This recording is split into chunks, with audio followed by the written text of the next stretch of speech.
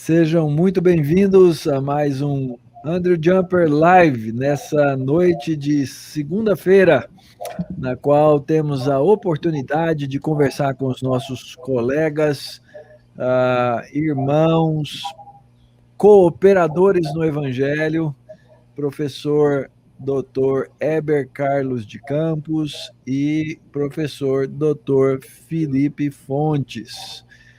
E nós vamos falar sobre esse importante tema que é remindo o tempo.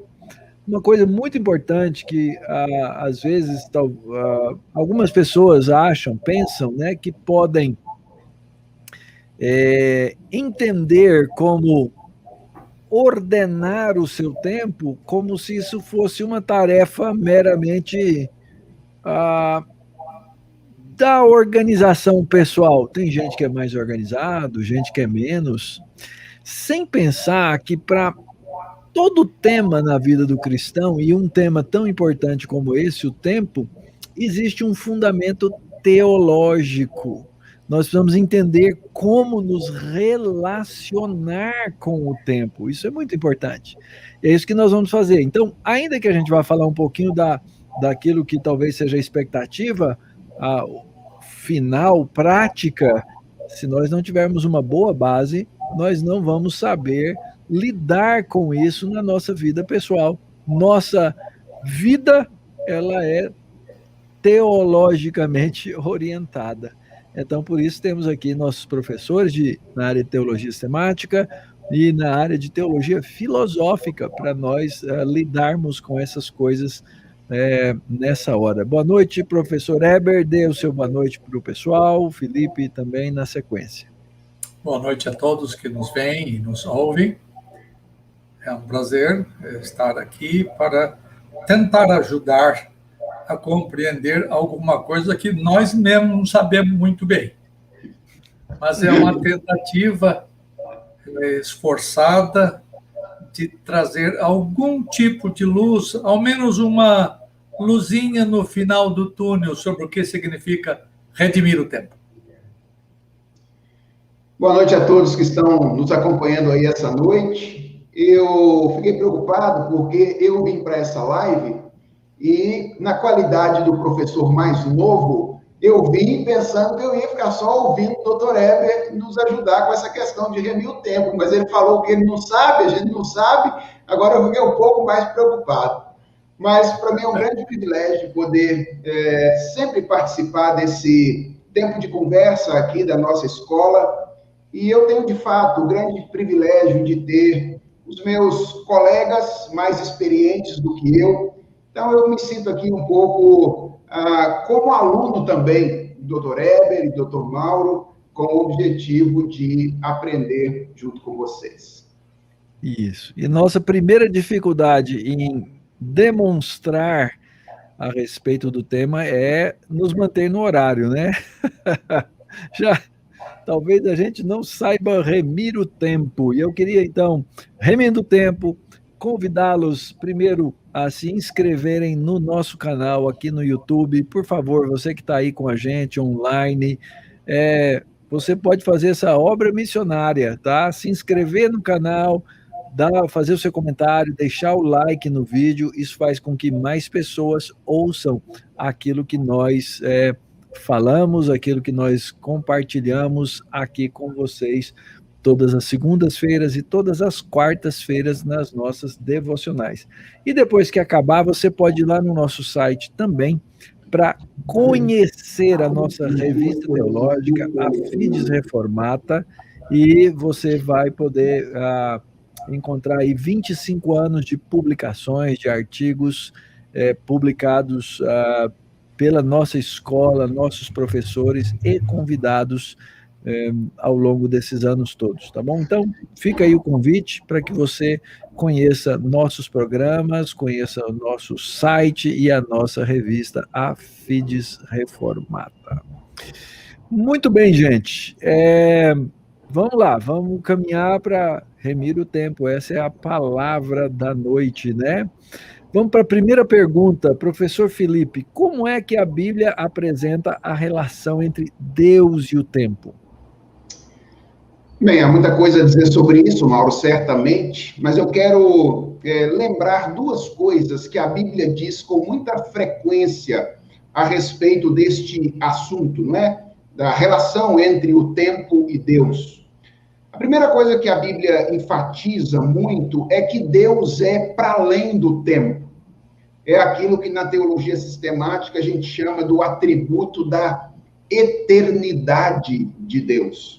Eu gosto de maneira muito especial da maneira como o Salmo de número 90 trabalha com essa questão, aquela oração feita por Moisés. E há pelo menos dois versos que me chamam muito a atenção. O primeiro é o verso de número 2, quando Moisés diz que antes que os montes nascessem e se formassem, a terra e o mundo, de eternidade a eternidade, tu és Deus. E o outro verso é o verso de número 4, no mesmo Salmo, que depois vai ser usado por Pedro, lá na sua segunda carta, no capítulo 3, quando Moisés diz que aos olhos do Senhor, 1000 anos são como o dia de ontem que se foi e como a vigília da noite. Então, uma primeira coisa que a Bíblia diz a respeito de Deus na sua relação com o tempo é que Deus não pode ser contido pelo tempo. Deus existe para além disso que nós aqui experimentamos, que é a nossa realidade temporal. Ao mesmo tempo, a Bíblia diz que Deus é Senhor sobre o tempo. Então, ao mesmo tempo em que ela enfatiza aí a eternidade de Deus, ela enfatiza o governo, o controle, a soberania de Deus sobre o tempo. E isso tem a ver tanto com o tempo em termos de duração, ou seja, Deus é quem governa, determina, não é, a passagem de dias, de semanas, de meses, de anos, que determina quanto tempo nós temos, mas também isso tem a ver com o sentido que cada momento que compõe a história humana possui. E eu quero lembrar aqui aqueles que estão nos assistindo daquele episódio dos discípulos com Jesus Cristo, depois da ressurreição, lá descrito em Atos capítulo 1, quando eles, ansiosos, perguntam: será este o tempo em que restaures o reino a Israel? E aí, então, Jesus responde: não vos compete conhecer tempos ou épocas que o Pai reservou pela sua exclusiva autoridade. Deus tem autoridade sobre o tempo para estabelecer o sentido dos momentos, dos movimentos da história. A Bíblia, portanto, diz que o tempo é o tempo de Deus. E é por isso que nós precisamos levar Deus em conta quando nós estamos nos relacionando com o tempo, na maneira como nós organizamos a nossa vida e na maneira como nós reagimos das circunstâncias da nossa existência. Então, de maneira geral aqui, eu diria duas coisas, basicamente, a Bíblia enfatiza, né, quando trata da relação entre Deus e o tempo. A questão da eternidade de Deus e a questão do controle, do governo de Deus sobre o tempo. Eu abordaria um aspecto diferente do que o Dr. Felipe abordou. Deixe-me fazer rapidamente a tentativa de estabelecer o contraste entre eternidade e tempo. Eu não sei o que eternidade significa. As únicas coisas que eu posso dizer são estas. Só Deus é eterno. Também o seu plano é desenhado eternamente. Mas eu não sei pensar fora desta categoria temporal. Eu não sei. Porque nós somos criaturas e toda criatura está vinculada com tempo e com espaço. Deus não está vinculado nem com tempo, nem com espaço. Antes do universo existir, portanto, antes do espaço existir, antes do tempo existir, ele já era, já existia. Então, eu costumo dizer nas minhas aulas que eternidade é aquilo que faz contraste com o temporal. Deus não entra no tempo, mas Deus se envolve com o tempo, Deus age no tempo, Deus fala conosco no tempo, porque ele fala com seres temporais que somos nós. Tá? Então, Deus, desde que ele criou o mundo, ele intervém no mundo que ele criou, ou seja, ele governa, ele dirige, ele sustenta todas as coisas que ele criou. Mas Deus é eterno, nós somos temporais. Deus se dá a conhecer a nós no tempo. Tá? Mas Deus nunca vai ser temporal, porque temporal é uma categoria da criatura. E Deus é criador. Tá? Então, mas Deus fala conosco no tempo, Deus age em nós no tempo, Deus cuida da sua criação, tanto física como não física. Ele se envolve com tudo que ele fez, porque ele é imanente, além de ser transcendente, ou seja, estar fora do tempo e além do tempo. Ok. Só pelo dito até agora, gente, já dá para ver algumas coisas que terão consequências muito práticas, né? Por exemplo, o professor Felipe disse: Deus tem o controle do tempo. E o primeiro contraste, como é contrastado o tempo com a própria eternidade, já nos mostra que a nossa chamada finitude nos faz não ter controle do tempo. Nós não temos o controle do tempo, nem do tempo que a gente vive, nem do tempo que a gente investe nas coisas. Talvez a gente tenha, né, mais a condição, mais foco para fazer alguma coisa, um do que o outro, né? Mas controle mesmo, nós não temos nenhum. A Bíblia usa duas palavras, né? Pelo menos no grego, para falar sobre tempo, as palavras Cronos e Kairos. Professor Eber, dá uma palhinha aí sobre esses dois conceitos. Eu queria que essa palhinha fosse longa, a palhona. Mas aí a gente tem que remir o tempo. Então, a primeira pergunta. Oi? Nós vamos remir o Cronos ou nós vamos remir o Kairos? O Cronos. Ok. Então, essas duas palavras, Cronos, de onde vem cronógrafo, cronômetro, etc., né, que tem a ver com a medição do tempo que se manifesta, disse Felipe, em dias, meses, anos, né, que o relógio marca. Tá? E tem Kairos, que tem conotação ligeiramente diferente, embora às vezes elas pareçam se confundir. Deixa eu pegar o texto que o Felipe citou, curiosamente. Eu vou citar o texto e depois eu vou dizer onde está o quê. Atos 1,7 diz assim: respondeu-lhes, não vos compete conhecer os tempos ou épocas que o Pai reservou pela sua exclusiva autoridade. Felipe, só para você lembrar, não vos compete conhecer o Cronos, nem o Kairos. Ele usa no mesmo verso os dois termos, com significados diferentes. Mas ambos, o Cronos e o Kairos, estão debaixo do governo divino. Isto é, ele tem exclusiva autoridade sobre esses dois tempos. É ele quem cria e quem ordena a existência dos eventos que são marcados pelo relógio, o Cronos. Assim como ele coordena os eventos que nos são oportunos, que nos são favoráveis, eventos que nós devemos, tempo, kairos, que devemos remir, e desse tempo que a gente vai falar um pouquinho mais tarde. essa verdade é certa de que Jesus Cristo disse, em outras palavras, este assunto é uma matéria exclusiva do meu Pai. Vocês não possuem o direito de conhecer essas coisas do Cronos. Ao menos antes de elas acontecerem. Quando é que elas vão acontecer? Aí vem o Kairos também, na restauração de todas as coisas.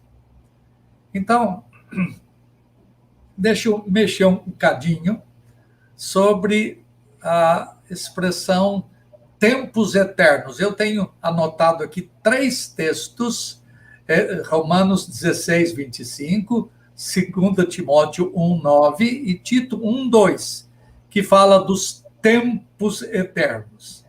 Então, eu chamaria esse tempo eterno de tempo antes de haver tempo.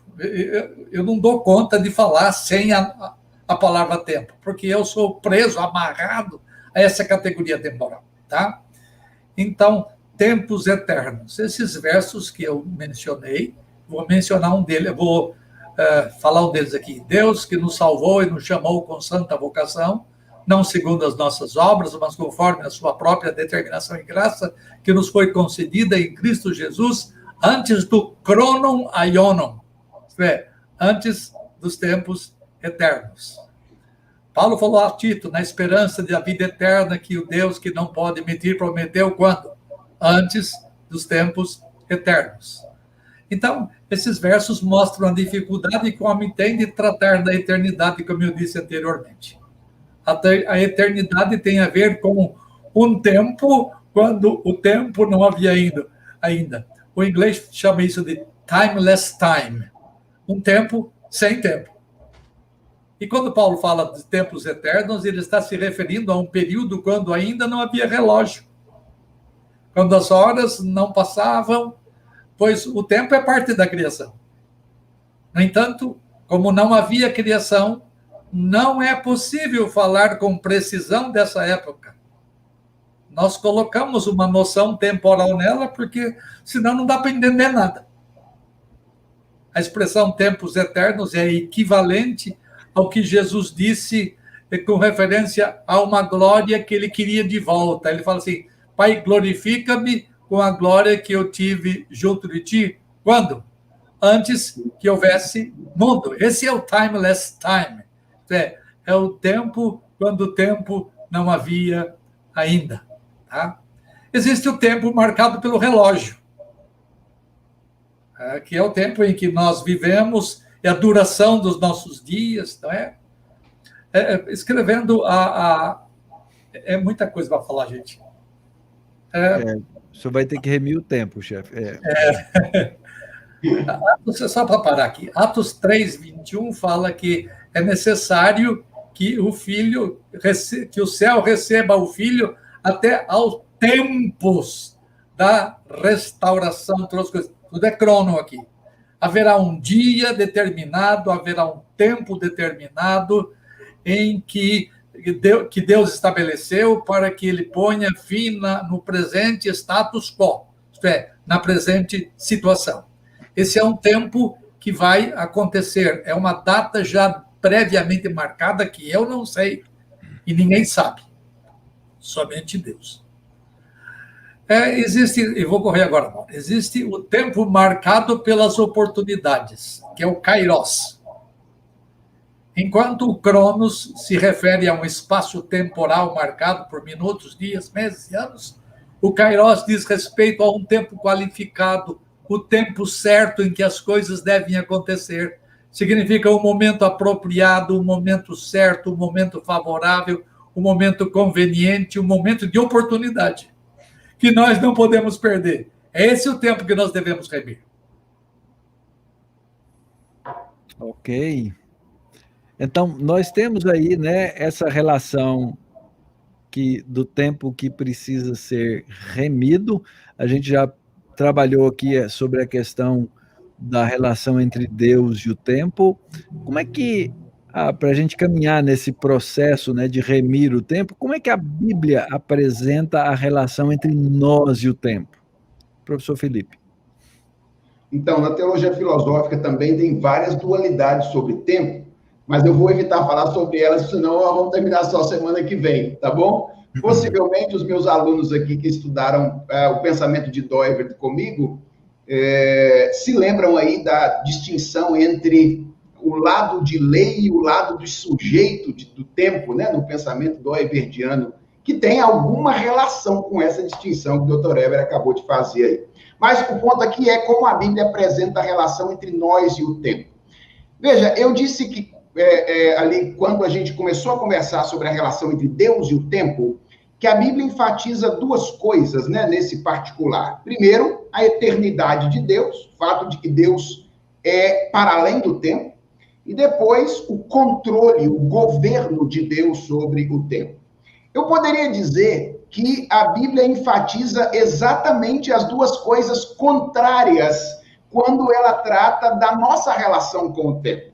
A primeira coisa que é muito claro na Bíblia é que nós somos seres temporais. Isso é tão parte da nossa identidade humana que, como disse o reverendo Weber, até para falar da eternidade, a gente precisa do conceito de tempo, né? A eternidade é um tempo sem começo e sem fim. A gente está tão preso ao tempo que a gente carrega a nossa temporalidade até na linguagem para falar da eternidade. Mas, por exemplo, o Salmo 90, que eu citei antes, ele usa algumas metáforas interessantes para isso. Então, por exemplo, Moisés diz que a nossa vida é como um sono. Essa é a metáfora que ele usa lá. Outra metáfora que ele usa é a metáfora da relva. Ele diz, é como a relva que floresce de madrugada viceja e floresce, à tarde murcha e seca. Tiago usa no capítulo 4 uma outra metáfora, que é a metáfora da neblina. Naquele texto lá do pessoal orgulhoso que planejava o futuro sem saber o que ia acontecer, Tiago diz, toma vergonha na cara aí vocês não sabem nem o que vai acontecer com vocês amanhã, vocês são como uma neblina que aparece por instante e logo se dissipa. Então, essa é uma primeira ênfase que a Bíblia coloca na nossa relação com o tempo. Nós somos sujeitos temporais, nossa vida é efêmera, nossa vida é passageira, nós estamos aqui por um instante.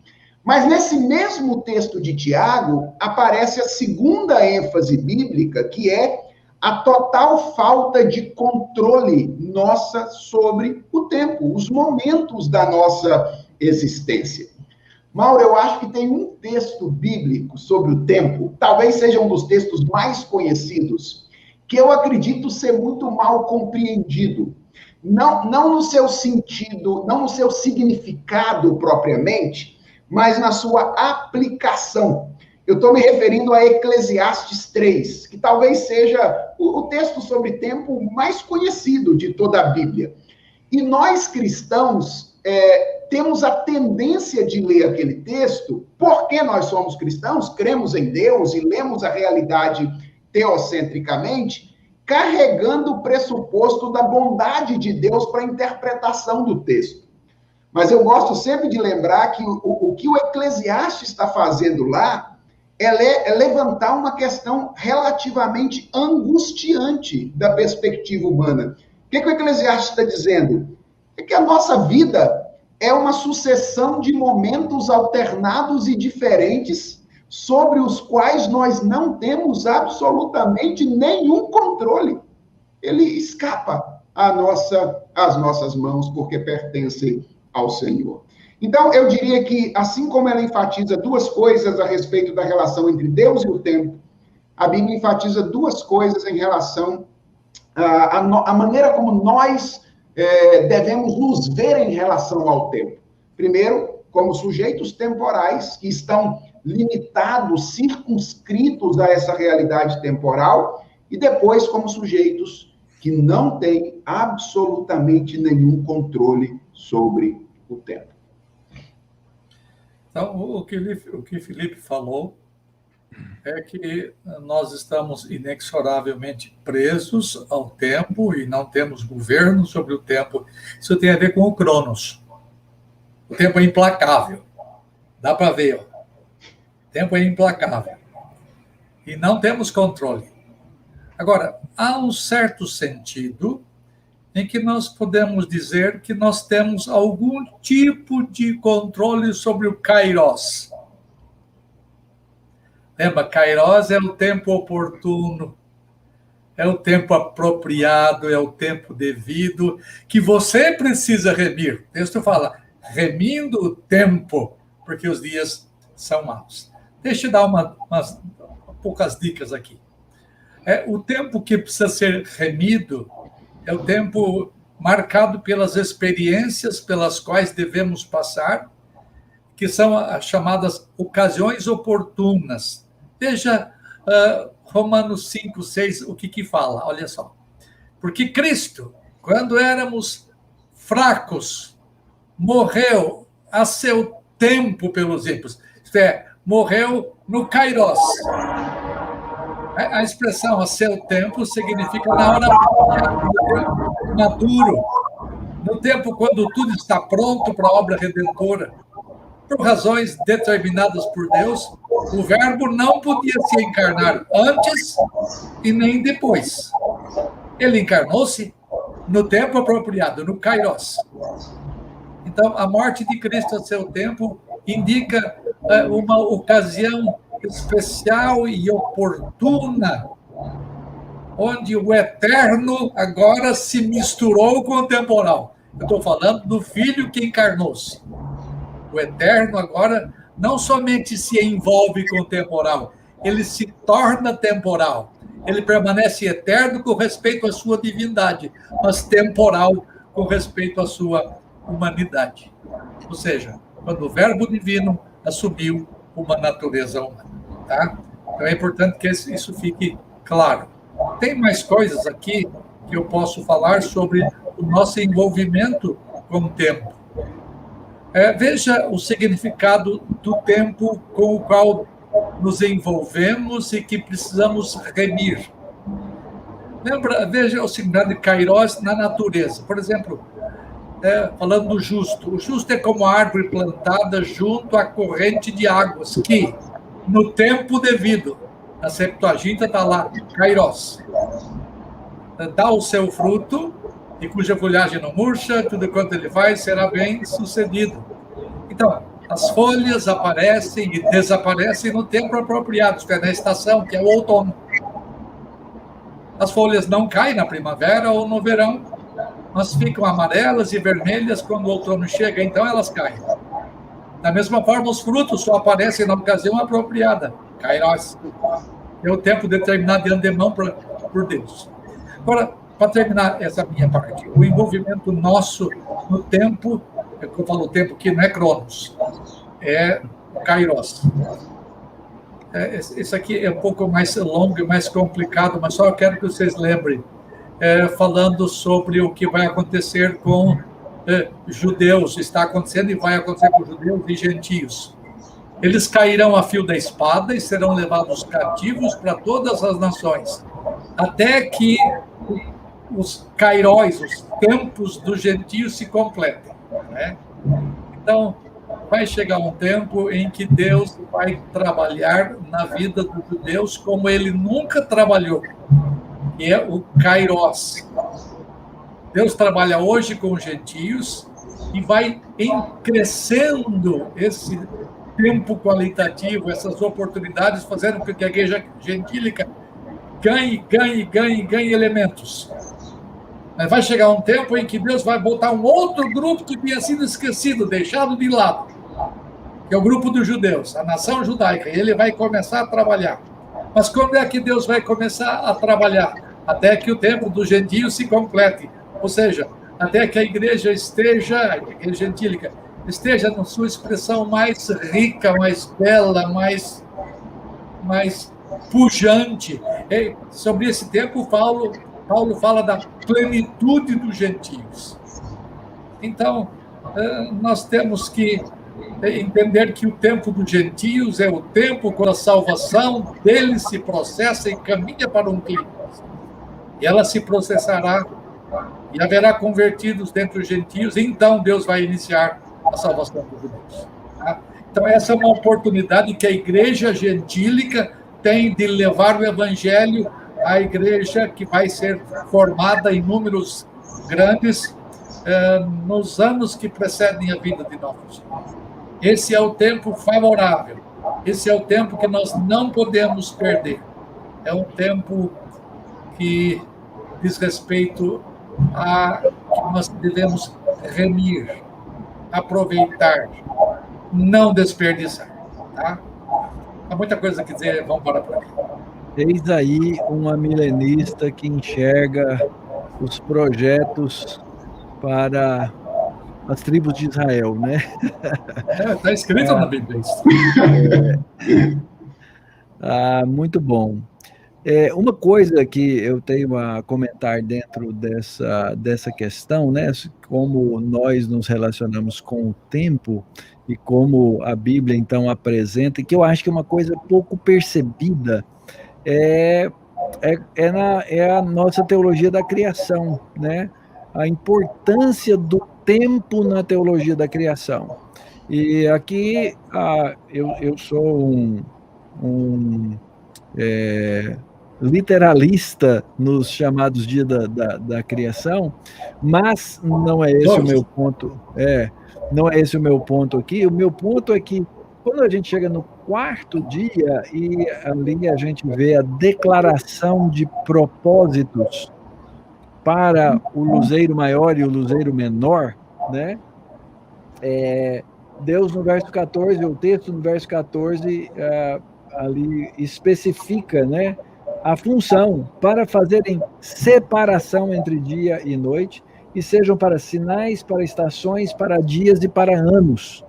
E, obviamente, a declaração está aí no texto e na teologia da criação, para que o homem que vai ser, então, criado lá no sexto dia, ele viva e saiba viver dentro desses padrões, né?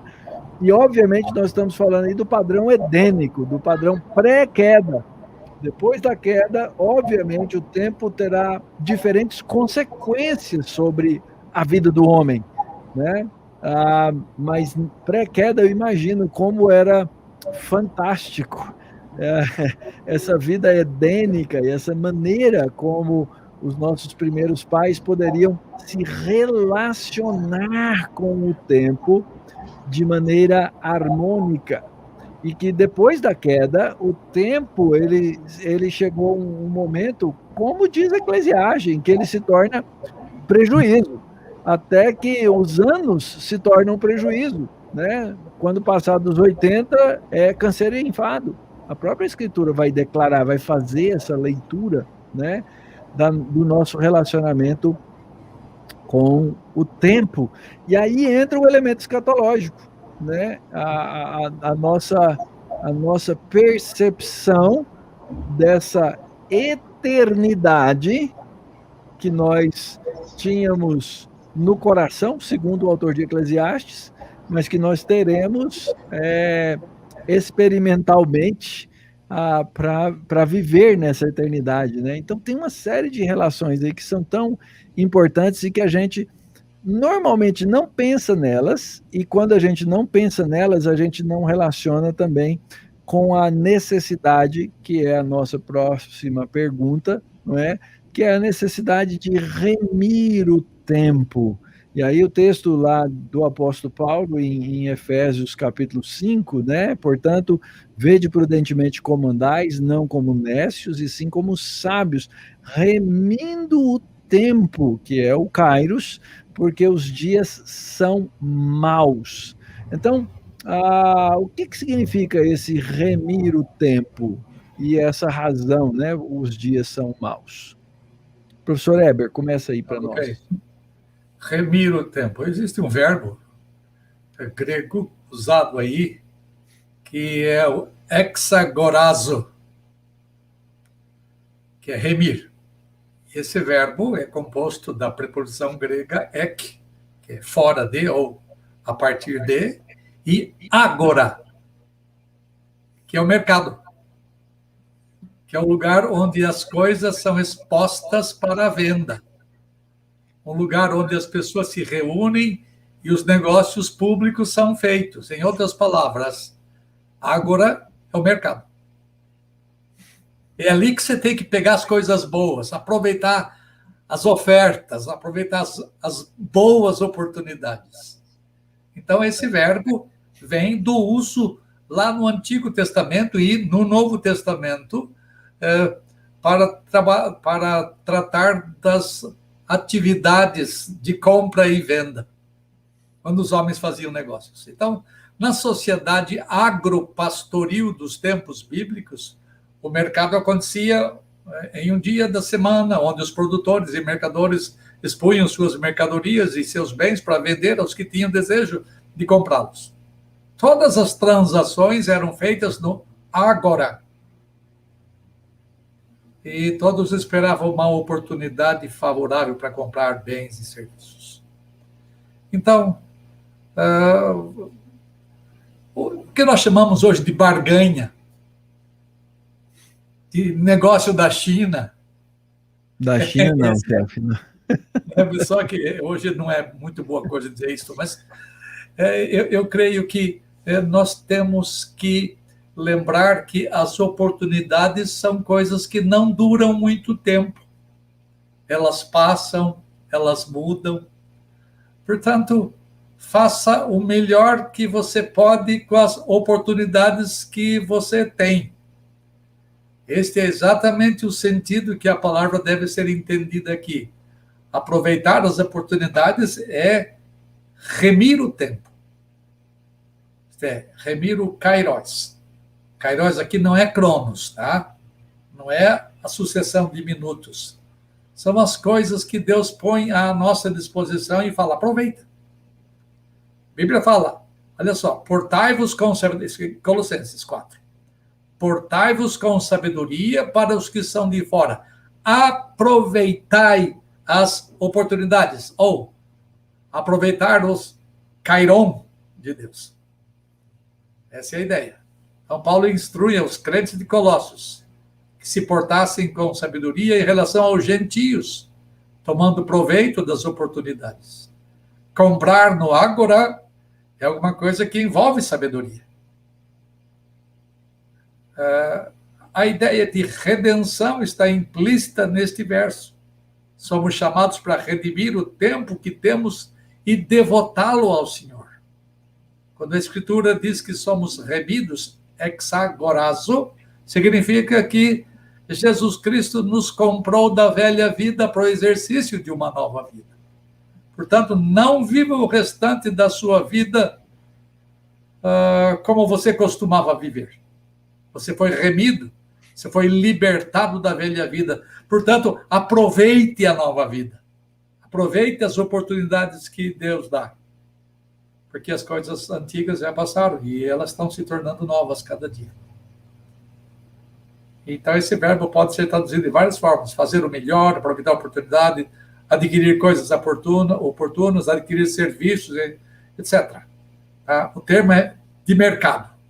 Eu não sei dizer exatamente aqui, mas na televisão aparece uma firma chamada Agora, onde as oportunidades são oferecidas. Mudando isso para a esfera do reino espiritual, nós devemos aproveitar as oportunidades que Deus nos dá. Isto que é remir o tempo, remir o kairos. Isso. E Paulo diz porque os dias são maus, né? O que está por trás aí dessa ideia, desse conceito dos dias serem maus? Professor Felipe, tem aí alguma coisa para nos acrescentar? Bem, a doutora Heber tocou em várias coisas aí muito interessantes, não é? De fato, quando ele fala que tem muita coisa para falar, tem muita coisa para falar mesmo. Por exemplo, a doutora Heber tocou aí na relação entre tempo e sabedoria. É muito interessante, não é?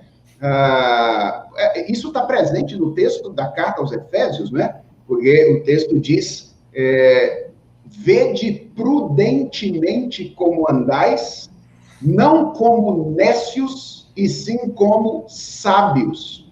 sempre que eu olho para essa orientação do apóstolo Paulo, mais uma vez me vem à mente o Salmo 90 e a oração que Moisés faz, que é a seguinte: ensina-nos a contar os nossos dias para que alcancemos coração sábio.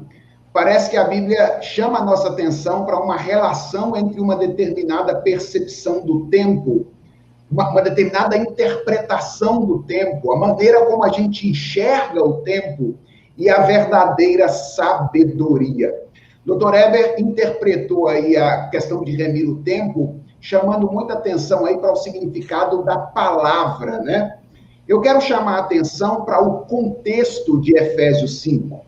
Efésios 5 é uma passagem em que Paulo está dando uma série de recomendações éticas à igreja de Éfeso.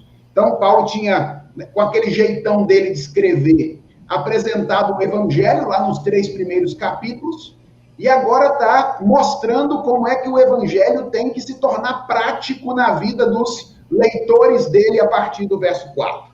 E no verso 5, ele fala sobre a maneira de viver, sobre o estilo de vida esperado agora pelo evangelho.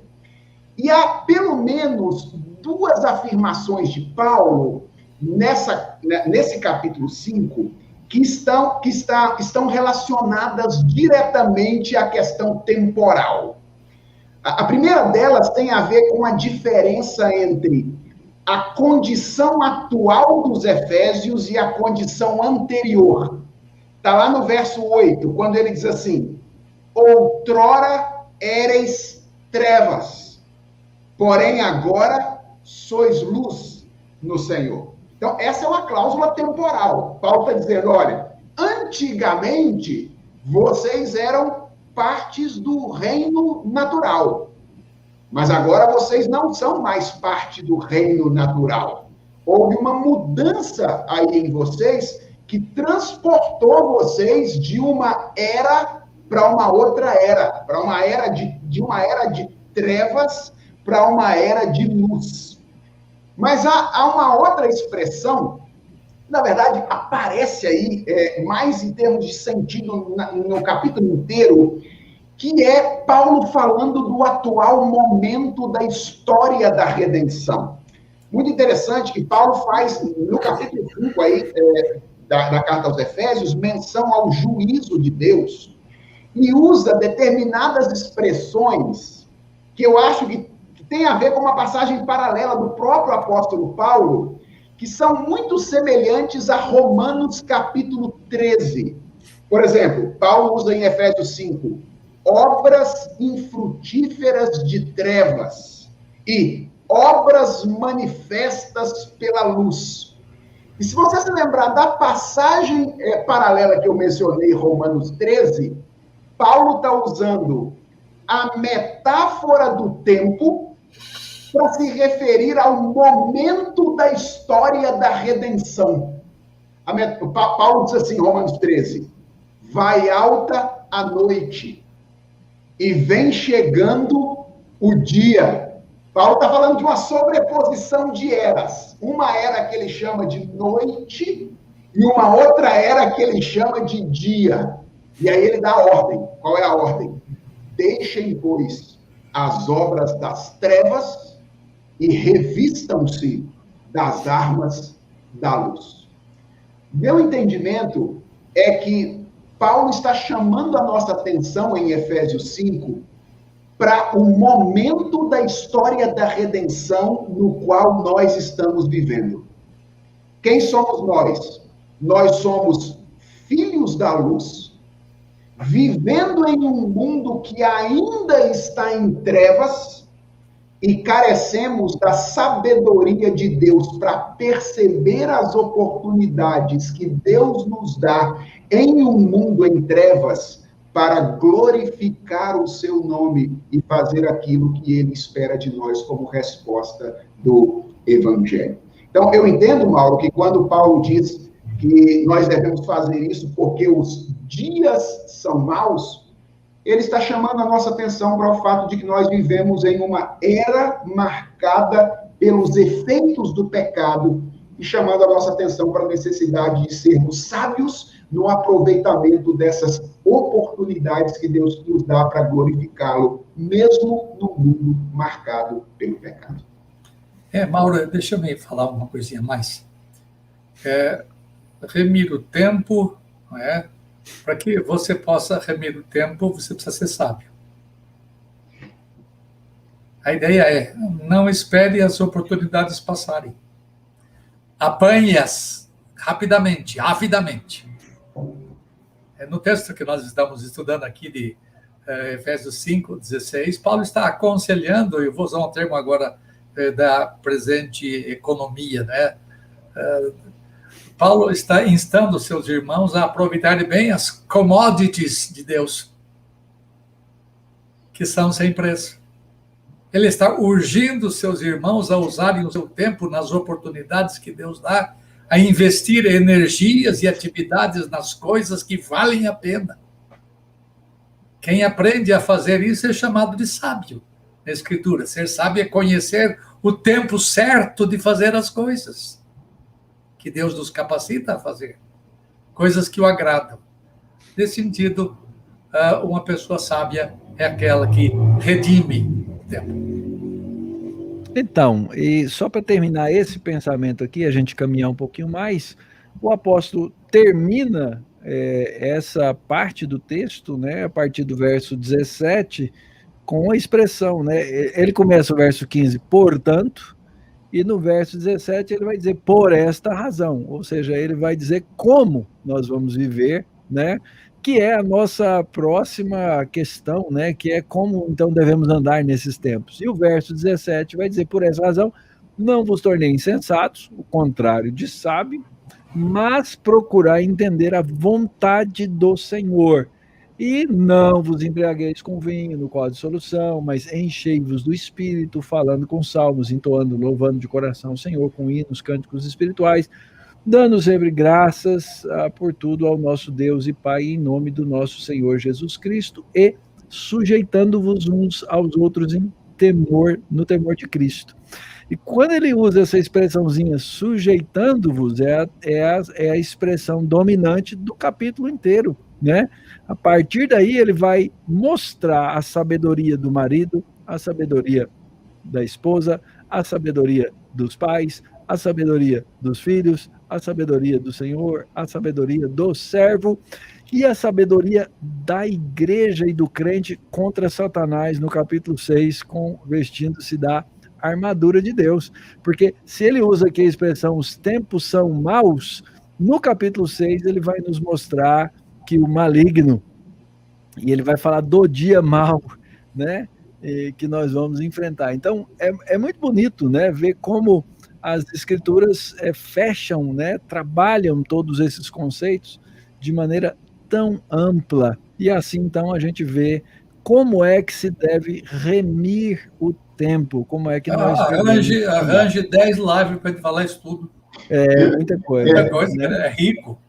Mauro, eu acho interessante, nisso que você mencionou aí, a maneira como Paulo insere aí, debaixo do sujeitando-vos uns aos outros, os 3 mandatos criacionais. Porque aí está tanto a prática cultica e litúrgica, com os cânticos que são cantados. Depois você tem o mandato social na relação entre marido e mulher, pais e filhos. E depois você tem o mandato cultural na relação entre patrões e empregados, servos e senhores. Então, é muito interessante perceber como a obra do Espírito Santo em nós é uma obra de restauração daquilo que nós fomos criados para fazer, né? Nós fomos criados para uma relação adequada com Deus, com o outro e com o mundo. O pecado estraga a nossa relação com Deus, com o outro e com o mundo. E o que a redenção faz? A redenção nos coloca de volta nessa relação com Deus, com o outro e com o mundo. Que aqui eu já dou um pouquinho do meu pitaco, é aquilo que nós devemos fazer e viver nesse tempo. Viver como fomos criados para viver, nos relacionando com Deus, com o outro e com o mundo, à luz da vontade do Senhor. Fato, muito bom. Muito Deixa eu bem. falar um pouquinho, Mauro, sobre os dias maus. Vamos remir o tempo, chefe. Diga lá. Tá acabando já. Essa observação de Paulo é válida para todos os tempos. Nos tempos de Paulo, os dias já eram maus. As condições todas da Ásia é que levaram Paulo a escrever essas palavras. E os nossos dias têm perdido os bons costumes das tradições mais antigas, quando a sociedade era governada pela cultura cristã. Hoje o cristianismo não possui mais a mesma força que possuía em séculos passados. Ele não impacta mais a sociedade. Onde não há disseminação do bem, o mal toma conta. Então, os nossos dias estão ficando cada vez mais cheios de maldade. Temos mais conforto, mais tecnologia, mais variedade de alimentos, mais opções de trabalho, mas a nossa geração anda a passos largos para o extremo da licenciosidade moral, cegueira espiritual. Tá? Então, se eu quisesse trabalhar, seria um desafio para vocês. Os dias são maus porque estão cheios de apostasia. Isso aqui dá um assunto tremendo. Os dias são maus porque estão cheios de corrupção. Eita, aqui não falta assunto para essa matéria. Aonde tem corrupção, chefe? Não estou sabendo. Os dias são maus porque o mundo está cheio de violência. E último ponto, meu querido. Os dias são maus porque a cosmovisão dos homens tem sido fortemente alterada. Ou seja, os homens têm lentes totalmente diferentes para enxergar o mundo. E o mundo é uma caixa fechada. Deus não entra na conta dos homens. Por isso, essas filosofias estão virando o mundo moralmente de ponta cabeça. Tempos maus os que vivemos. Não é só por causa da vacina. A vacina é parte da ira divina, em algum sentido. A Covid, né, chefe? A Covid. A vacina é uma tentativa nossa de consertar. Eu espero que ela seja boa. Mas os tempos nossos são muito maus e eles caminham para tempos mais difíceis ainda. A menos que a graça intervenha. O apóstolo Paulo fala disso em muitas linguagens, né? Quando ele cita, quando ele fala, escreve a Timóteo, que era pastor aonde? Na igreja de Éfeso, né? Ele diz, né? Olha, sabe, porém isso, os últimos tempos serão dias difíceis, e ele descreve, né? Todas essas coisas aí. Impressionante como essa mensagem é tão belamente integrada em toda a Escritura. Muito bom, vamos lá para mais uma questão aqui.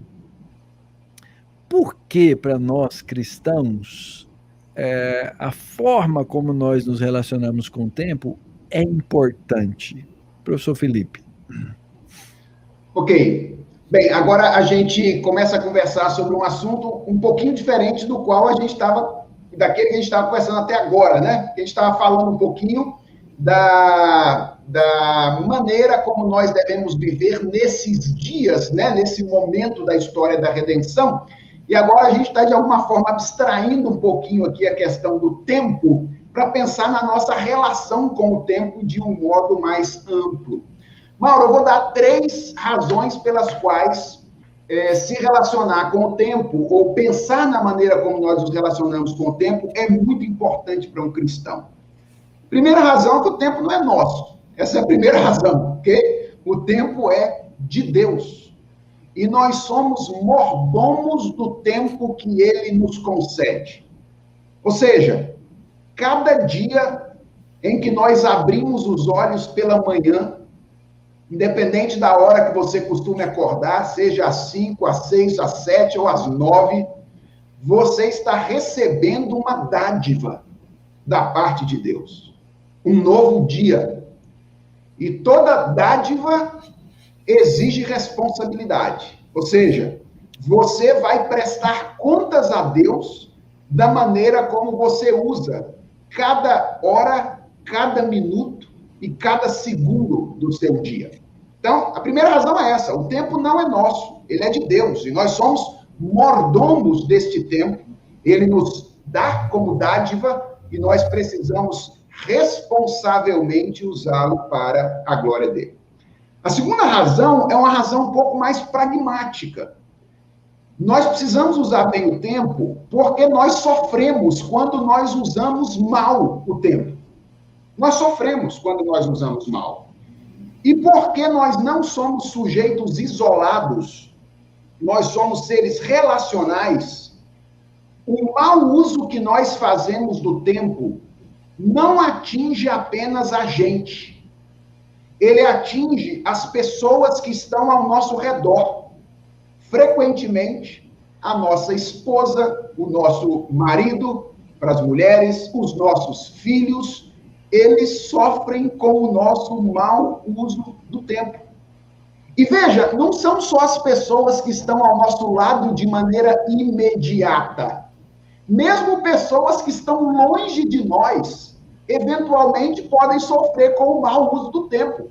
Pensa, por exemplo, em um controlador de voo que faz mau uso do tempo dele e vai trabalhar cansado.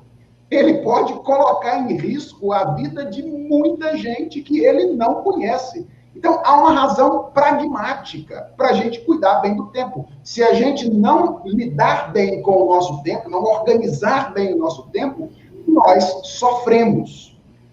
Mas há uma terceira razão que eu acho que talvez para nós cristãos aqui seja a mais fundamental, que é a seguinte: é que a maneira como nós usamos o tempo, ela é absolutamente reveladora do estado do nosso coração. Ou seja, aquilo que a gente faz externamente, o nosso estilo de vida, é só um resultado daquilo que a gente é internamente. A maneira como a gente organiza a nossa agenda, num certo sentido, é reveladora daquilo que tem primazia no nosso coração. Se Deus ou se nós mesmos. Então, a maneira como usamos ou não usamos o nosso tempo revela muito daquilo que nós amamos. Se nós fazemos algo com muita intensidade ou se deixamos de fazer algo, estamos proclamando sem palavras aquilo que no nosso coração ocupa o lugar fundamental. Então eu vejo três razões. Primeiro, o tempo não é nosso. Depois, se a gente usar mal, a gente vai colher as consequências. E terceiro, a gente está revelando os nossos amores fundamentais quando a gente está se relacionando e organizando o nosso tempo. O que o Felipe falou tem mais a ver com o Cronos, com as horas que nós gastamos com isto ou com aquilo. E este é um problema muito sério na vida de muitos ministros do Evangelho. Na vida de muitos profissionais nas mais variadas áreas. Mas como nós estamos envolvidos no chamado Ministério da Palavra, esse assunto é muito sério. Por quê? Eu faço uma outra pergunta. Por que é que há tantos ministros que não têm muita coisa séria que dizer ao seu povo? Vivem repetindo as mesmas coisas. Eles não aproveitam as oportunidades que o tempo traz, ou seja, eles não aproveitam o kairos que o Cronos traz. E não estudam. Esse assunto me mexe um pouco comigo, porque eu falo muito aos meus alunos. Nós temos hoje oportunidade de sermos excelentes pregadores, de serem mestres com excelência, porque temos tanta coisa à nossa disposição. Nós temos tantos recursos tecnológicos que nós podemos usar, tantos pregadores que vieram antes de nós, tantos mestres que vieram antes de nós. Mas nós não gastamos qualitativamente o nosso tempo. Ou seja, nós não investimos as nossas energias, não investimos as nossas habilidades que Deus nos deu para que nós tenhamos uma pregação boa, um ensino bom, a ponto da igreja, depois de ouvir o que você prega, você ensina, falar: uau, eu nunca tinha percebido isso, que maravilha. Então tem faltado ao nosso povo cuidar do cronos, isto é, saber aproveitar as horas, os dias, e, em fazendo isto, aproveitar as oportunidades que Deus escancara para nós, para que nós façamos o bem. Então, a gente falou lá no comecinho, né, a respeito desse conceito e da base criacional, né, que Deus nos deu para o uso do tempo. E a gente não pode esquecer, eu já citei rapidamente isso, que o tempo, num certo sentido, ele se tornou contra nós com a queda, né? Porque ele passou a ser um limite, ele passou a ser um deadline, né? Uma linha de morte. Então, essa relação do Cronos e do Kairos aí, né? Que é aproveitar a oportunidade, também a Bíblia é cheia disso, né?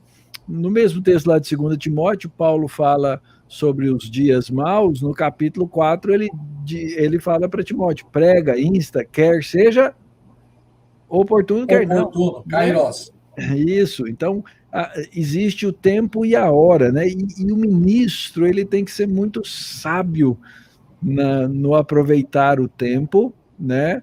Com todo cuidado, até para não idolatrar o tempo e o trabalho, porque a gente sofre também com o efeito contrário da idolatria do tempo, que é o que hoje,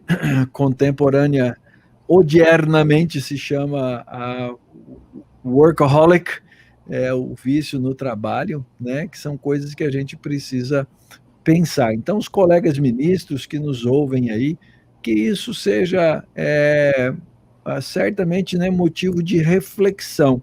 Mas eu quero chamar a atenção aqui para um outro elemento, não só para o ministro, mas para o cristão em geral. Né? Qual que é a importância do domingo e do culto público para a nossa relação com o tempo? Está jogado aí para os dois, quem quiser começar, manda ver. Essa fica com o Felipe. Para mim? Então, eu acho que a gente só consegue entender isso, Mauro, bem, se a gente entender o que significa essas coisas para um cristão. A primeira pergunta é o que o domingo significa para um cristão e o que o culto significa para um cristão.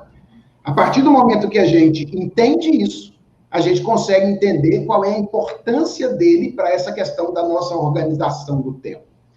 E eu quero chamar a atenção aqui para alguns detalhes a respeito da natureza do domingo e do culto.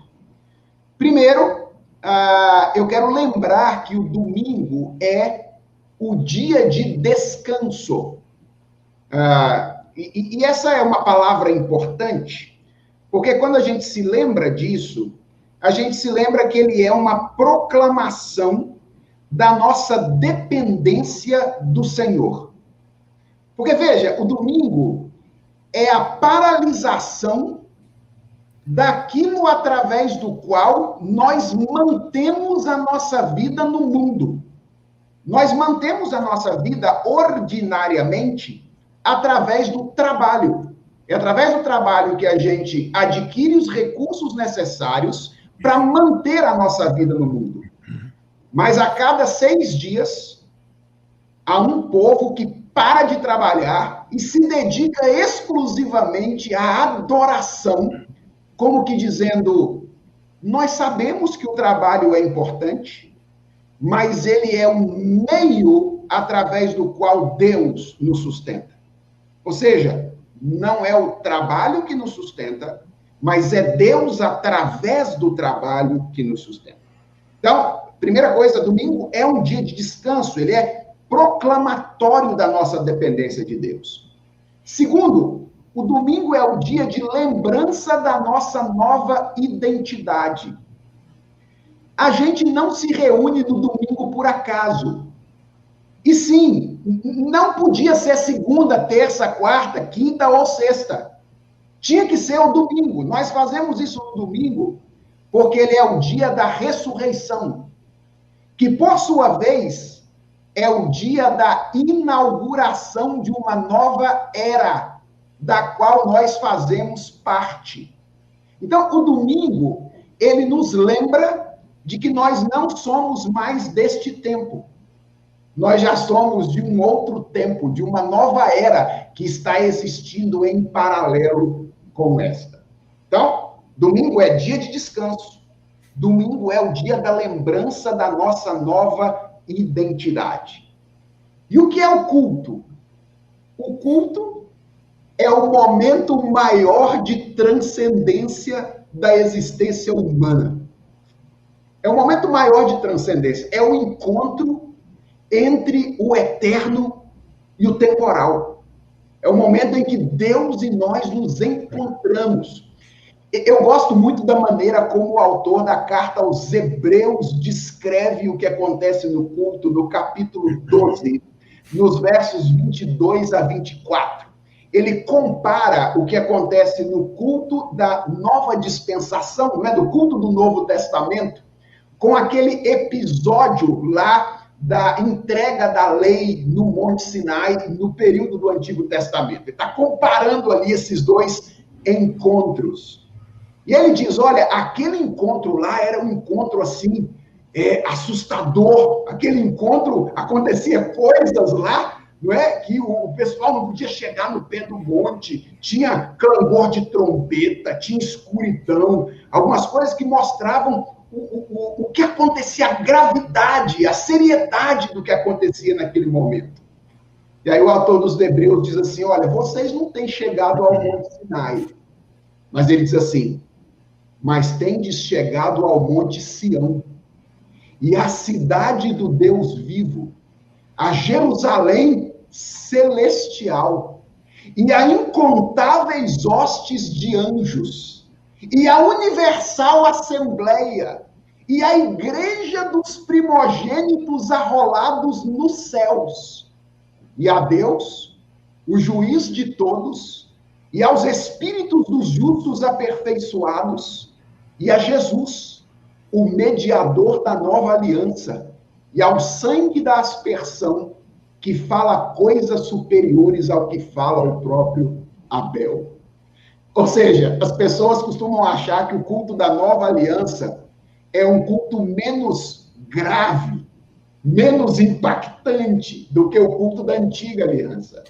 O que o autor dos Hebreus, aos Hebreus está dizendo é o contrário. Está dizendo assim, olha, vocês têm um privilégio, vocês são elevados à presença de Deus por meio do mediador, quando vocês se reúnem com o objetivo de adorar todos os domingos na companhia dos seus irmãos. O culto, então, é esse momento no tempo em que passado, presente e futuro, de alguma forma, se encontram. Veja, pensa na ceia. Jesus disse, vocês vão fazer isso em memória de mim. É o passado sendo representado e vivenciado ali naquela ocasião. Mas ele disse assim, eu não vou beber desse vinho com vocês até aquele dia em que eu beberei de novo com vocês no reino do meu Pai. E Paulo diz, todas as vezes em que vocês fazem isso, vocês proclamam a morte do Senhor até que ele venha. O culto, ele é aquele momento no tempo em que nós transcendemos a nossa experiência temporal e passado, presente e futuro, de alguma forma, se encontram. E o que acontece no culto? Dentre outras coisas, no culto, Deus reorienta o nosso coração. Veja, agora sou eu que estou falando demais aqui, mas eu já vou terminar. Nós ficamos 6 dias submetidos à proclamação de uma cosmovisão pagã. Quando a gente assiste televisão, quando a gente ouve jornal, quando a gente conversa com as pessoas ao nosso redor, nós estamos submetidos à influência de uma mentalidade que diz coisas contrárias acerca de nós e do mundo, que a palavra de Deus diz. Por exemplo, uma mentalidade que diz que nós temos que viver a vida em função de nós mesmos, que nós somos as pessoas mais importantes do mundo, que nós não temos defeito nenhum, que nós devemos seguir o nosso coração. Nós estamos 6 dias submetidos a isso. E aí Deus para a gente em um dia específico para dizer assim, vem cá relembrar algumas coisas fundamentais. E aí a gente vai para o culto para lembrar quem é grande, para lembrar que a gente é pequeno, para ouvir a voz dele e reorientar o nosso coração e colocar as coisas no lugar. Então, o culto e o domingo, eles são simplesmente, ou deveriam ser, o eixo organizacional da agenda de um cristão. O cristão deveria organizar a sua agenda em torno do culto público. O problema é que nós, às vezes, fazemos isso em torno de outras coisas. Por exemplo, o trabalho, a gente organiza a agenda em torno do trabalho. Ou então, em torno de determinados momentos de lazer, é a série que eu quero assistir, ou o jogo de futebol que eu quero assistir, e a gente mexe nas coisas da nossa agenda em função dessas coisas. Um cristão deveria organizar a sua agenda semanal em torno do culto público. Ou seja, nós devemos pensar o que eu preciso fazer nessa semana para chegar naquele momento com as melhores energias, com a melhor condição para poder experimentar esse momento de transcendência que a Deus me permite experimentar. E por que eu estou dizendo semanal? Porque a agenda diária deveria ser organizada em torno do culto doméstico e particular. Então, o culto é esse momento em torno do qual a nossa agenda deveria girar. De maneira prática, sábado passado tinha jogo do Flamengo à noite. E o meu menino, de 8 anos de idade, queria assistir o jogo comigo. Ímpio mesmo, né? Que assistisse comigo. E a mãe dele me lembrou, dizendo assim, amanhã nós temos que ir à igreja. E você sabe que quando o Daniel dorme tarde, ele não participa bem do culto. E eu, então, disse a Daniel, meu filho, vamos dormir nós dois? E nós, então, desligamos a televisão e fomos dormir. Porque eu tinha que dar a ele, naquele momento, uma lição, lembrada pela minha esposa, de que ele precisava se preparar para o culto naquela ocasião. Não esqueçam os ouvintes que ele é um flamenguista de 4 costados. Então, custa alguma coisa abrir mão disso para fazer o que é certo. É verdade. Felipe, você falando aí, eu fui lembrando, né, de várias coisas, né? Voltando à teologia da criação e depois ao estabelecimento do culto lá em Moisés, em Êxodo, e olhando para Êxodo 19, aquele momento à beira do Monte Sinai. Capítulo 20, a descida, quando Moisés finalmente traz, Deus entrega a lei e dá o 4º mandamento, né? O 4º mandamento, que é a exclusividade do tempo para o Senhor, né? E que é esse tempo que o povo de Israel e nós hoje temos que guardar para reorientar a mente e o coração. Então, a ordem criacional, ela está ligada, né? O homem teria um Shabat no Éden. Esse é o ponto que todo mundo esquece. E nós chegamos numa eclesiologia tão pobre hoje que essa união de tempo e espaço, porque culto é corporativo quando ele é público, agora pode ser online, né? Essa parte é que as pessoas não estão entendendo. Eu ouço aí a expressão toda hora, culto online. Eu falo, gente, como que é isso? Né? E aí chegou-se a ceia online, sacramento, batismo online, etc. Ontem nós tomamos uma decisão, o conselho tomou essa decisão, comuniquei ontem à igreja que nós vamos passar nesse período, pelo menos, tomando a ceia todos os domingos, para não privar ninguém de... Porque tem gente que não pode ir, tem limite de espaço, então nós vamos alimentar o povo de Deus, porque aquilo ali não tem delivery. Não significa que eu não possa ir levar a ceia como corpo e igreja para uma pessoa necessitada. Mas não tem no restaurante, na padaria, no iFood, não tem no aplicativo. O aplicativo é a escritura no culto público, não tem outro jeito, né? As implicações são muitas e imensas, né? É muito bom poder refletir sobre a palavra e a escritura nesse momento aí. Muito bem, vamos caminhar um pouquinho mais, o nosso tempo já desremiu inteirinho, já foi 1h15, tem mais uma dúzia de perguntas aqui, e eu estou deixando de fazer o meu trabalho, vou ser demitido, porque eu não fiz ainda o anúncio dos cultos do Andrew Jumper, dos cultos não, dos cursos do Andrew Jumper, né? Então, para você que nos ouve aí, gente, fica o recado bem rapidinho. Nós temos educação online, tá? Esses cursos online, você não precisa vir ao Andrew Jumper, você estuda totalmente à distância, a gente quer ver você aqui na formatura, ok? E assim a gente vai poder, então, oferecer conteúdo, professores nossos ensinando nessas 4 linhas de pesquisa. Mas temos também os nossos cursos presenciais modulares, tá?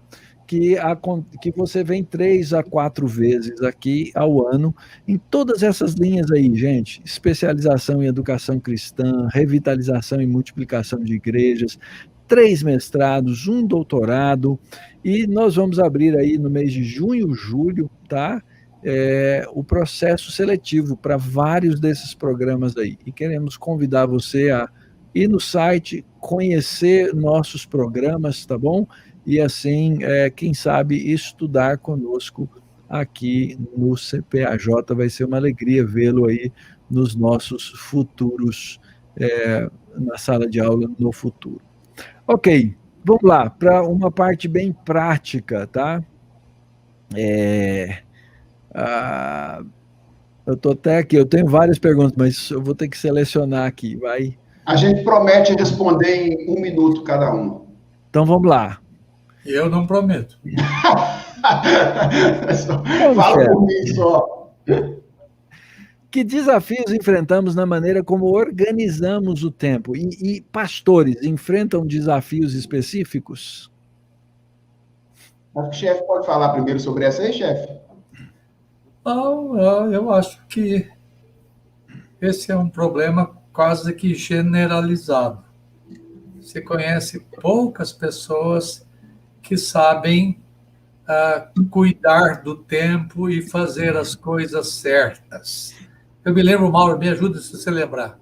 O Dr. Jumper costumava falar assim: the main thing is to do the main thing, the main thing. Traduza, Mauro.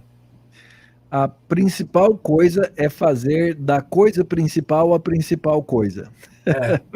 Então, nós temos que ter prioridades no cuidado do nosso tempo para que nós possamos remir o tempo, fazer as coisas boas que Deus nos oferece.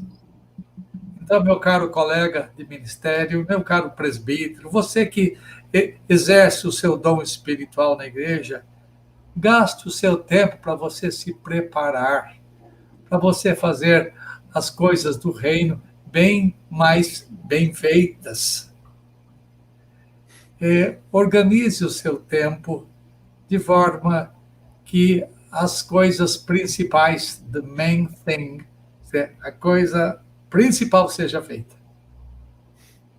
Se você tiver que escolher, você vai ter que escolher.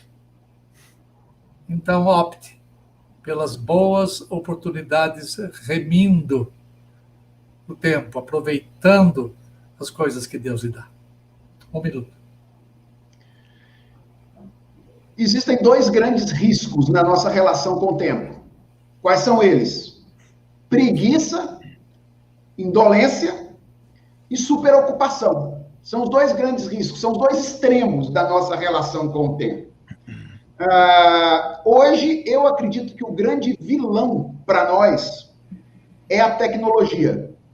Porque a tecnologia nos deixa ligados o tempo inteiro e ela pode estimular as duas coisas.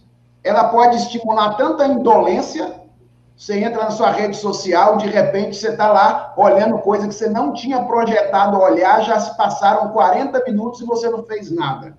Pode estimular a indolência e a superocupação. Por quê? Porque você recebe e-mail o tempo inteiro do seu chefe, inclusive, fazendo as cobranças de trabalho, entendeu? Então, não, isso aqui não é uma reclamação. Mas assim? Você recebe e-mail o tempo inteiro lá você está recebendo. Veja, eu acho que o pastor enfrenta os dois desafios. E eu vou dizer por quê para acabar minha resposta. Primeiro, o pastor trabalha sem supervisão direta. Ele não tem chefe no pé dele o tempo inteiro. Então, ele corre um risco grande de se tornar preguiçoso. Segundo, o pastor trabalha sem horário, ele não bate cartão. Então, ele corre muito risco de se apegar tanto ao trabalho e se esquecer das outras coisas importantes. Então, eu vou ter meu minuto também, né? Talvez um dos grandes problemas no ministério pastoral seja a síndrome messiânica. A ideia e o conceito de que eu, pastor, eu sou responsável por tudo, responsável por todos, e de que eu sou o Salvador. Então, é uma luta que eu tenho no coração, que faz com que eu, às vezes, desestabilize o meu tempo.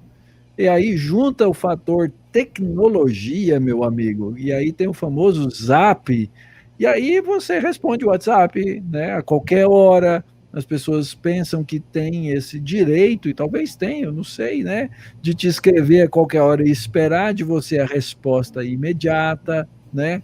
Tudo isso são coisas que podem ser extremamente problemáticas e prejudiciais. Pergunta rápida, 1 minuto. Felipe, como é que você organiza o seu tempo e seu dia? Cara, eu não sou um primor nisso, não. Eu tenho muitas lutas na organização do meu tempo. Principalmente pela dificuldade de dizer não e acabar assumindo mais compromissos do que eu poderia realizar de maneira confortável. E, frequentemente, eu confesso a vocês, eu tenho que me arrepender diante de Deus por não ter dado à minha família o tempo que eu deveria dar pela necessidade de cumprir tarefas que eu, eventualmente, não deveria ter assumido, deveria ter dito não. Acho que talvez o pano de fundo disso aí seja um pouquinho de temor de homens, desejo de agradar sempre as pessoas, então acaba dizendo sim para todo mundo, e aí isso acaba acontecendo. Mas eu tenho me esforçado para aprender isso. Primeiro, tenho tentado começar o meu dia sempre com devocional e exercício físico. Nesses dias de pandemia tem sido mais fácil isso por causa da família em casa e as atividades começando um tempo mais tarde. Então, nós temos podido começar os dias com culto doméstico por aqui. Eu tenho me esforçado para realizar todo o trabalho durante o tempo de escritório, para ter algum tempo com a família à noite, mas nem sempre isso é possível, como eu disse a vocês, eu tenho sofrido com isso, e eu tenho me esforçado para minimizar o acesso às redes sociais, como apagando alguns aplicativos do celular. Então, por exemplo, o Twitter já foi embora, não tem mais, porque se ele ficar, vai o tempo inteiro ali. E tirei as notificações de outros. Então, Instagram, por exemplo, eu não recebo mais notificação exatamente para não ser chamado a atenção. Mas eu vou confessar a você, dá mais de 1 minuto para o doutor Heber falar sobre esse assunto aí, porque eu sou doido para saber como é que ele consegue escrever tanto livro, igual ele conseguiu escrever até hoje. Eu quero aprender com ele. Eu sei um pouquinho, Felipe. Primeiro, ele não tem Instagram e ele não tem Twitter. Talvez seja isso. Certo? Mas, diga aí, chefe. Graças a Deus, porque eu entendo pouco de tecnologia. Então, eu não tenho praticamente nenhuma mídia social, exceto o WhatsApp, porque o chefe me manda a notícia. Gente, hoje eu sou o culpado aqui, hein? Eu não tenho mais grupo nenhum. Eu não tenho, para vocês saberem, eu não tenho grupo de família, eu não tenho grupo de igreja, só tenho o grupo das vovós, dos vovôs, né? É muito rapidinho isso. Então, eu cuido nisto, senão a gente fica mexendo naquilo o tempo todo e o tempo voa. Segunda coisa, eu aprendi a concentrar minha atenção em poucas coisas. Eu abri mão de algumas coisas que vocês dois hoje, não podem abrir mão. Eu não mais leio coisas de área que não seja a minha. Não dá para a gente ter expertise em todas as áreas. Não dá. Eu tenho vontade de pegar teologia filosófica e trabalhar, mas não dá. De estudar hebraico, mas não dá. Entendeu? Eu, então, estou estreitando. E eu me dedico a ler e a estudar as coisas da minha área, que tem a ver com teologia sistemática. E eu pedi a Vene, a gentileza do Dr. Mauro, que é o diretor do Jumper, para não me dar outras tarefas, a não ser as que sejam necessárias, para eu me concentrar no que eu faço. E eu, mesmo nas pandemias, eu nunca precisei de chefe para trabalhar. Eu trabalho porque eu gosto. Me dá prazer, eu tenho satisfação em cuidar dos meus estudos para escrever. Eu estou ficando para trás em termos de estar com literatura em dia. Por isso que eu me dedico a escrever coisas que pouca gente escreveu, ou quase ninguém. E por isso que eu me meto a entrar em assuntos que colegas meus, muitos deles muito bons, não entraram. E eu gasto o meu tempo, Felipe, eu gasto meu tempo desde manhã e à tarde. À noite eu gosto de ver um filmezinho, eu gosto de fazer outras coisas, senão a gente fica doido. Mas eu gasto tempo trabalhando. Só ter uma ideia, quando sexta-feira a Tsunamita mandou essa ideia, essa tarefa minha de participar na live, hoje, né, sobre Remir o Tempo, eu já comecei a escrever o meu sermão de domingo sobre isso. Então, eu aproveito todas as oportunidades para escrever tudo que eu prego, tudo que eu ensino, eu escrevo. Essa é a razão pela qual eu tenho muitas coisas escritas. Eu aproveito as coisas que eu prego, as coisas que eu ensino, para produzir assuntos mais aprofundados em assuntos que não foram tratados ainda pelos irmãos, quer de fora e quer de dentro do nosso país. Chefe, só deu o testemunho aí de que o seu chefe disse que o senhor podia fazer isso, tá? Porque eu estou passando por mal aqui. Não, você me deu essa... Por isso que falei, graças a você me deu essa prerrogativa, para eu poder fazer o que eu quero fazer. E, além disso, vocês dois, teoricamente, vão viver muito tempo. E eu estou descendo a curva. Então, eu tenho que remir o meu tempo. Isto é, aproveitar as oportunidades que Deus me dá. Com certeza, e tem sido uma bênção trabalhar com os colegas e ver como esse tempo pode e deve ser remido, cada um dentro das suas vocações, né? Essa é uma coisa importante. Eu não tenho que, para remir o tempo, imitar o Dr. Eber ou imitar o Felipe, mas eu tenho que buscar os padrões bíblicos para que, junto com a vocação, dons e talentos, eu possa cumprir o meu papel, né? Uma das coisas que sempre disse aos colegas é que para ser diretor da escola eu precisei sacrificar parte da minha vida acadêmica, não tem jeito, porque eu tenho que mexer com coisas, né, que alguém tem que mexer. E aí cada coisa cobra-nos, né, alguma área, alguma coisa que a gente precisa fazer e desenvolver. Muito bom, gente, muito bom, colegas. Acredito que a última pergunta aqui são dicas práticas, já é a palavra de encerramento de cada um, tá? Você pode responder isso ou pode dar já o seu boa noite aqui com essa última questão para a gente então poder fechar o nosso programa, a nossa live hoje. 1h30 tá de bom tamanho, remimos o tempo. Então eu vou dar meu boa noite, dizer da minha alegria de poder conversar com o Dr. Heber, Dr. Mauro, poder me assentar aí aos pés deles mais uma vez e aprender com eles a respeito desse assunto. Agradecer a todos que nos acompanharam até aqui. E já que eu não vou ter muito tempo aqui para oferecer as dicas práticas, eu quero indicar uma literatura, um livrinho bastante pequeno do Kevin DeYoung, chamado Superocupado.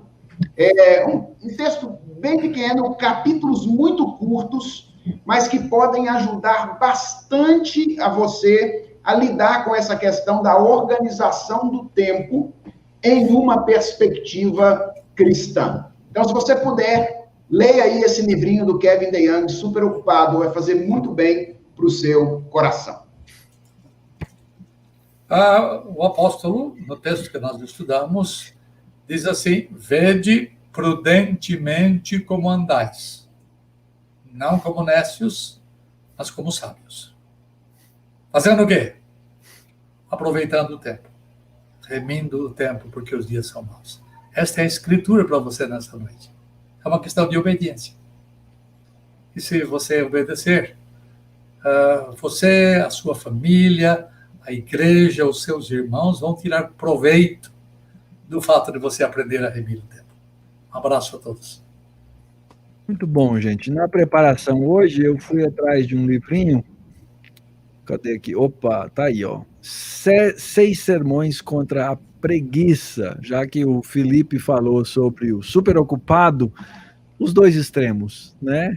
6 sermões contra a preguiça. Se tem uma coisa que Deus abomina, é a preguiça e o preguiçoso. Vai ler o livro de Provérbios e você vai ver como Deus não tolera o não remir o tempo. E eu vou dar a principal dica que eu acredito pode te ajudar nesses processos, tá? Organize a sua vida em torno do culto. Nas 3 dimensões dele: seu culto privado, seu culto familiar e o culto público. Deus nos deu essa orientação na palavra. No Antigo Testamento, nós vemos que Deus organizou o calendário do povo de Deus, anual, em torno do culto. Tudo era no culto. E aí, expondo o livro de Êxodo, eu falei assim, mas Deus, o Senhor agora tirou esse calendário da gente, e aí eu percebi que ele deu um calendário melhor. Ele simplificou aquele calendário, ele nos disse, guardem tempo para mim, e eu aprendi uma coisa, gente, que precisava muito aprender na minha vida: o deleite na adoração. Isso faz diferença, faz toda a diferença na maneira como você vai organizar a sua vida e o seu culto. Muito boa noite, que Deus abençoe você, que Deus te dê aí boas oportunidades de se organizar, remir o tempo, aproveitar as oportunidades. Sim, olha só que oportunidade você pode ter agora. Inscreva-se no canal, deixa o like, é oportunidade, é missionário. Você vai fazer com que essa live chegue a mais pessoas. por ações bem simples, tá bom? Que Deus te abençoe. Se o Senhor permitir, mesmo no feriado, quarta-feira, nós estaremos aqui com a nossa devocional Andrew Jumper às 9 horas da manhã. Boa noite.